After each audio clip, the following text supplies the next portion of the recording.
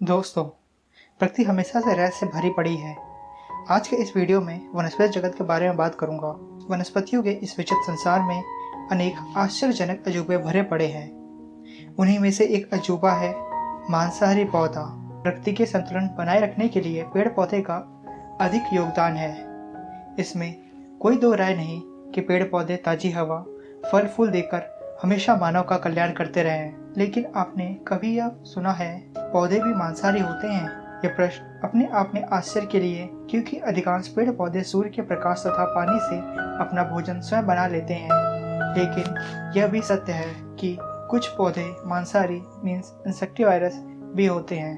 कीड़ों मकोड़ों को अपना शिकार बनाते हैं और वे उनसे अपना भोजन प्राप्त करते हैं। मांसाहारी पौधों की खोज सर्वप्रथम 1875 में हुई। चार्ल्स डार्विन ने इन पौधों के बारे में लिखा है, कुछ पौधों को न केवल छोटे जीवों को पकड़ने की क्षमता है, बल्कि उन्हें पचाकर उनमें मौजूद पोषक तत्वों को अवशोषित करने की भी क्षमता है। यह बात उन्होंने 100 सालों से ज़्यादा समय पहले कही थी, परंतु आज भी हम मांसाहारी पौधा को देखकर अचंभा ही मानते हैं। आमतौर पर मांसाहारी पौधे ऐसी मिट्टी में उगते हैं जिसकी प्रकृति अम्लीय तथा दलदली होती है।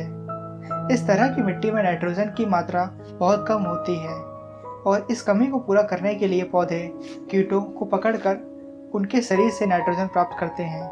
मांसाहारी पौधा की लगभग 975 प्रजातियां पाई जाती हैं, जिसमें लगभग 30 प्रजातियां भारत में ही पाई जाती हैं। इन पौधों ने कीट को पकड़ने के लिए अनेक तरीके विकसित किए हैं।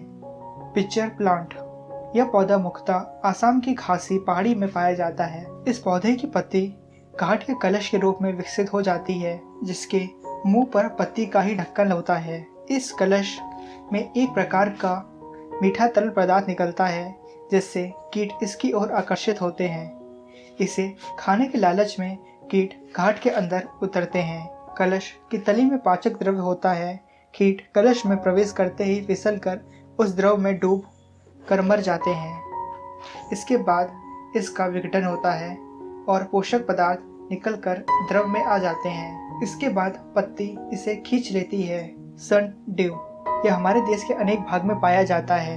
इसके पत्तों पर अनेक रेशे निकले रहते हैं जो एक चिपचिपा रस पैदा करते हैं, जो सूरज की रोशनी में ओस के कण के समान चमकते हैं। इन चमकीली बूंदों के ओर कीट आकर्षक होते हैं और स्पर्श करते ही चिपक जाते हैं। इसके पश्चात कीट के छटपटाने से लंबे रेशे सक्रिय हो जाते हैं और वे चारों तरफ से कीट को जकड़कर बंद कर लेते हैं। इन रेशों से एक प्रकार का पाचक द्रव्य भी निकलता है, जो कीट के पोषक तत्वों को अवशोषित कर लेता है।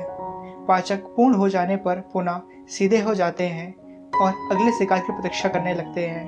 बैडर वॉर्ट, यह मांसाहारी पौधा भारत के अधिकांश जलाशय में मिलता है और पूरा पौधा पानी के नीचे रहता है और इसकी पत्तियां बहुत अधिक खंडित होती हैं। इनकी नाक पर थैले जैसी संरचना होती है। इसमें वे सूक्ष्म प्राणी पकड़ लिए जाते हैं जो जलधार के साथ आते हैं। थैली का खुलना तथा बंद होना एक वाल्व के द्वारा संचालित होता है। शिकार के पच जाने के बाद वाल्व खुल जाता है और अगले शिकार को पकड़ने के लिए तैयार हो जाता है। वीनस फ्लाईट्रैप, यह पौधा मुख्यतः रूप से अमेरिका के कैरोलिना क्षेत्र में पाया जाता है। इसके पत्ते दो भाग में बटे होते हैं। दोनों के मध्य एक उभार होता है। वह दरवाजे के कब्जे की तरह कार्य करते हैं।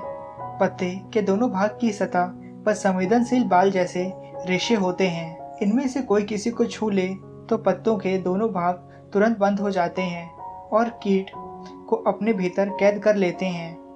कीट को पूरा पचाने के पश्चात पत्ते के दोनों भाग पुनः खुल जाते हैं और अन्य शिकार की प्रतीक्षा करने लगते हैं। सारासीनिया, यह पौधा मुख्यतः अमेरिका एवं कनाडा के कई क्षेत्र में पाया जाता है।